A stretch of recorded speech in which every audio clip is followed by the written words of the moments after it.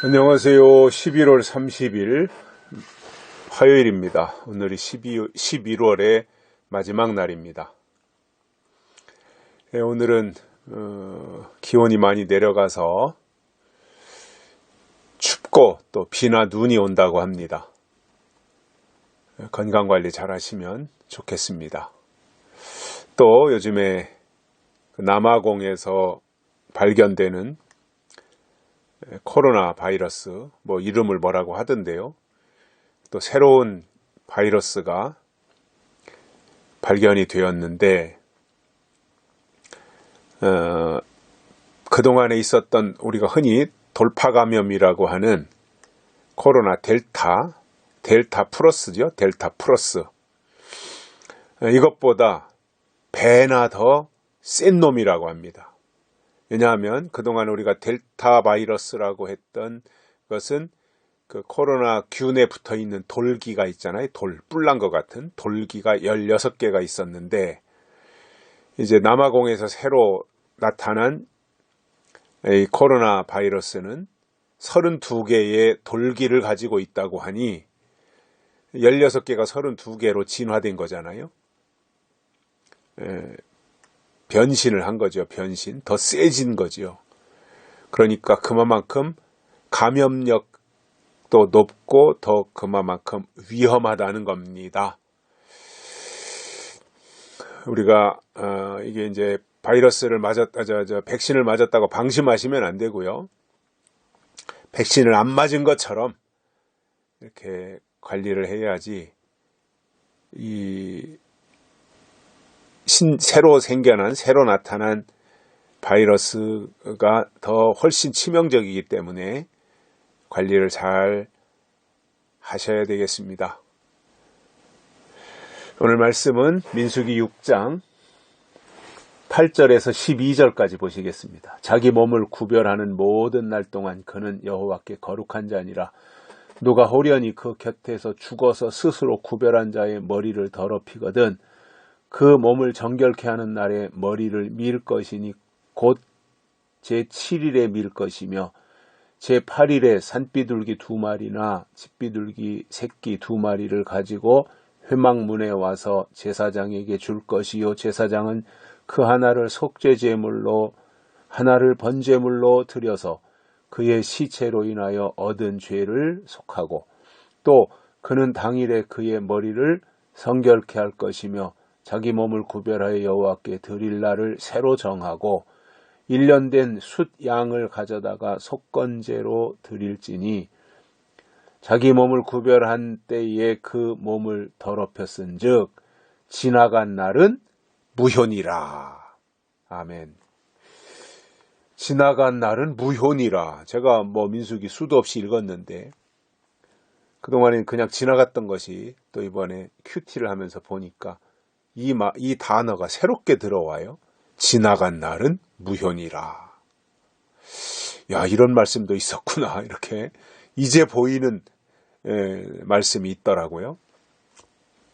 그래서 저도 신기했어요. 깜짝 놀랐어요. 민수기 많이 읽었고 새벽기도 할 때도 봤고 한데 이 말씀이 있었네. 이렇게 생각이 들더라고요. 근데 이제 이 나실인에 대한 것이고 오늘은 나실인이 자기 의지와는 상관이 없이 나실인의 서약을 깨뜨렸을 때 어떻게 해야 되는가.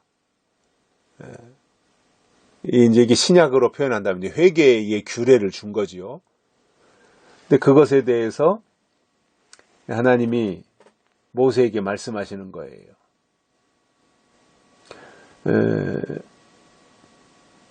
그 나실인 있잖아요. 구별된 하나님 앞에 구별된 이 나실인은 그 몸을 구별해서 나실인으로 살아가는 날 동안은 하나님 앞에서 그가 거룩한 자로 인정을 하신다는 거예요.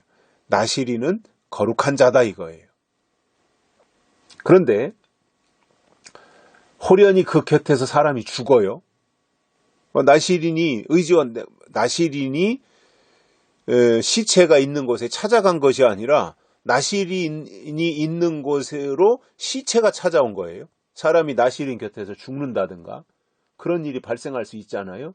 그래서 시신을 가까이 하면 나시린은 안 되니까, 범죄가 되는 것이니까. 근데 불가피하게 이렇게 이런 일이 벌어지면 이것도 자기 의지와는 상관이 없이 된 일이지만 하나님 보실 때는 나시린의 서원을 어긴 거잖아요. 의지와는 상관이 없이. 그래서 구별된 자의 머리털을 더럽힌 것으로 하나님은 보시는 거예요.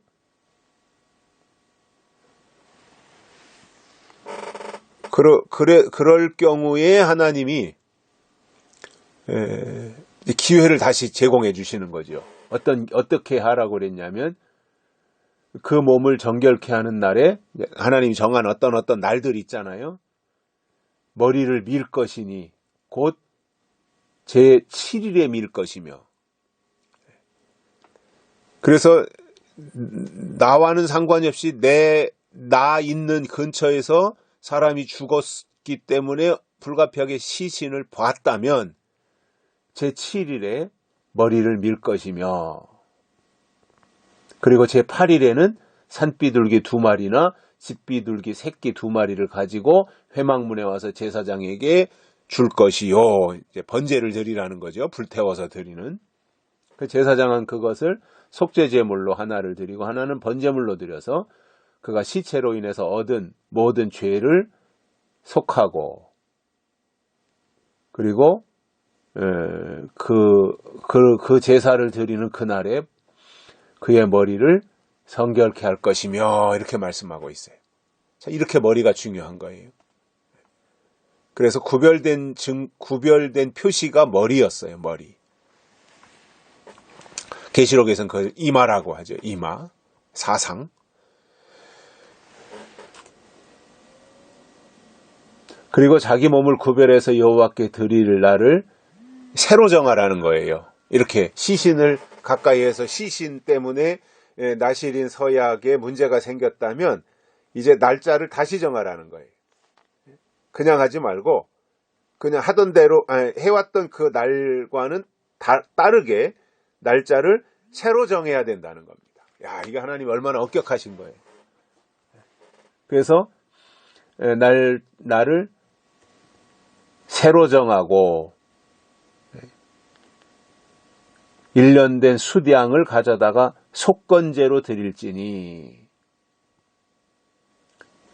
그래서 자기 몸을 구별한 때에 그 몸을 더럽혔은즉, 구별하고 나시린으로 살아가는데 시체를 봄으로 인해서 자기 몸을 더럽혔기 때문에 이런 제물을 드리고 비둘기를 드리고 또 하나님 앞에 숫양을 가져다가 속건제로 드리고 이러한 것을 통해서 이제 그가 시체를 봄으로 범한 모든 죄를 사해 주시고 그리고 날짜를 새로 정해서 그때부터 이제 다시 시작하는 거잖아요.